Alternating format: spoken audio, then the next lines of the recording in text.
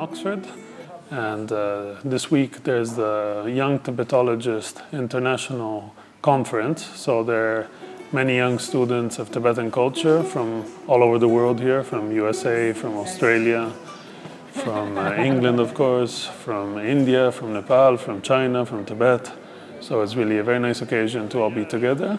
My name is Jamyang Oliphant. I am the director of Shang Shung Institute, UK. And we are an institution dedicated to the preservation and research of Tibetan culture, Tibetan Himalayan culture. So we came on the occasion of this conference, and we have set up this exhibition. This exhibition is of a Tibetan Rinpoche. His name is Drugu Choegyal Rinpoche. He's from Tashijong in the north of India. He's a Drukpa Kajupa master, very talented painter, and he did this extraordinary series of paintings dedicated to birth and death and bardo, and also about the mind. And it's his many years of practice and study and reading and reflection have come together in this series of paintings. So it's really a great honor for us to be able to show them. This is the first exhibition. Also, we are organizing a Tibetan dance Khaita, which was a project which Choegyal Rinpoche, Professor Choegyal Rinpoche, who was a scholar of Tibetan culture and also a great Dzogchen master.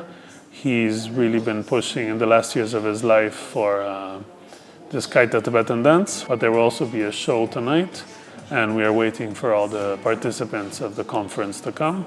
So we're very happy that many young scholars and students are coming now, and we hope that it will be a great meeting of people interested in Tibetan and Himalayan culture. We hope we all have a lovely evening. Thank you. So we'll start with the first painting. This one is based on a sutra, the Ayupati Yata Karapariprisacha Sutra.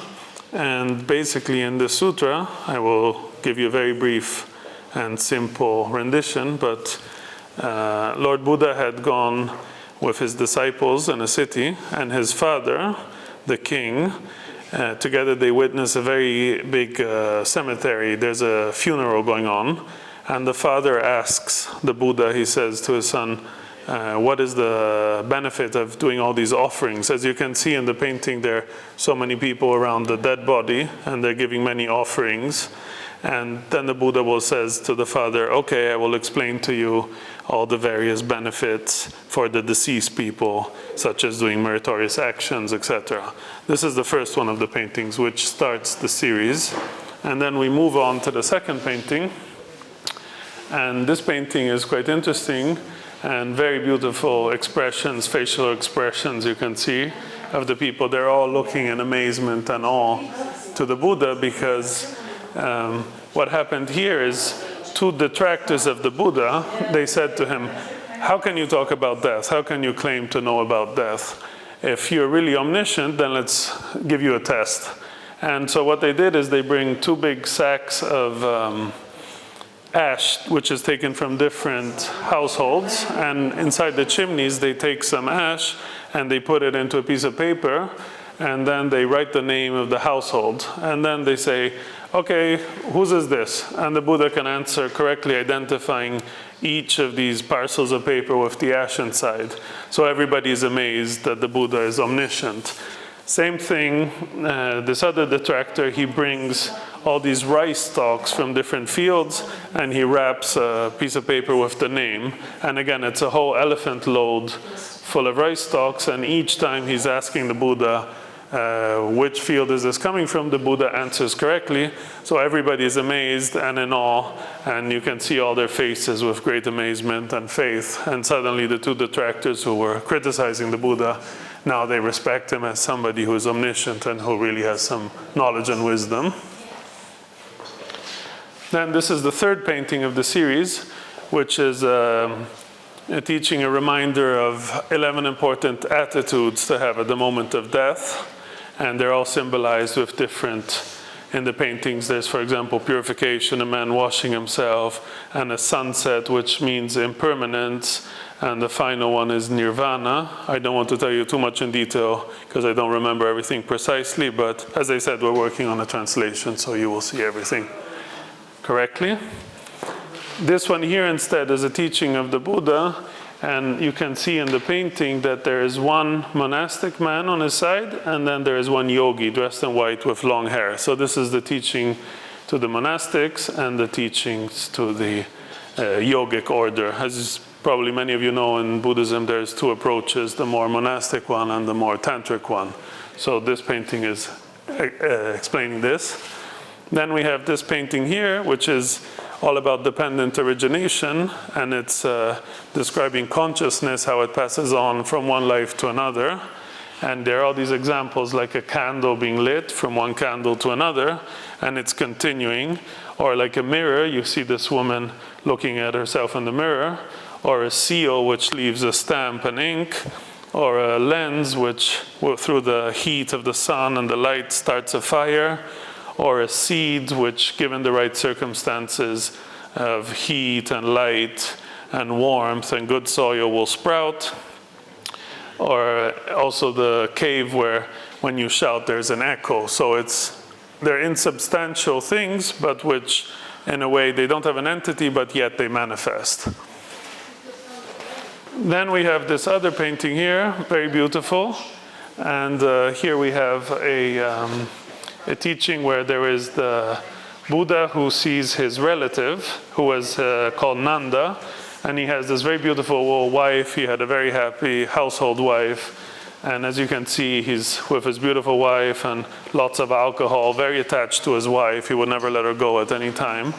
And then the Buddha comes, and Nanda offers him some food, and the Buddha says to him, do you want to see what will happen to you if you follow your monkey mind? And he points to a monkey. And then the Buddha, he grabs onto the Buddha's garb and he goes into the future and he sees the hells of what will happen to him if he keeps on doing this lifestyle. And there's a lot, again, every painting has so much writing, so many references. Rinpoche has pointed out that these paintings are all based on teachings, on sutras, on testimonies from knowledgeable yogins with real experience. So it's not just fantasy, they're all based in scriptures, and we're working on the translation. So please forgive me if I say anything wrong. Here again, there's another one, another painting based on the Bodhicharyavatara, and it's saying that all the suffering in hell is originating in your own mind. So it's here discussing also how the mind is creating many things. Again, lots of textual basis. Here you see origination, the red and white tigle. And then moving on to the next one. This is a story of a couple of yogis who were living in a cave near a mountain, and they see bardo beings. It's based on a real story told by Togdens who were living in Tashijong, if I remember correctly, by Togden Trinle. And then here we have a very interesting one. This is the 9th painting of the series, where the painting is called Tibetan Culture, Blend Deriving from Ancient Tibetan Shang Race, Bon, Buddhism, India, and China. So it will show how many different traditions, especially Tibetan tradition of Bonpo shamanic pre-Buddhist religion. For example, you see the lungtas here and the tree of life. When a young person was born, traditionally you would paint a tree. So you can see or the turquoise, which was worn as a protection against spirits. So there are many, many local indigenous beliefs shown in this painting. Also the mortuary, where you would put the ashes of the dead. So lots of different things. And then this painting here instead is describing at the moment of death how to help to prepare to support a person having a death and what to recite. And this is based again on the Namo Buddha Ratna Sikini, and it will be translated again. And then this painting here instead is about the mind and insubstantial, talking about cause and effect. There's chicken and eggs and the elements, bardo beings. Again, it will be translated. And this is the very final painting. It's called Rebirth Depending on Merit and Mindfulness. So I won't say too much. I will let you all enjoy the paintings, and thank you very much.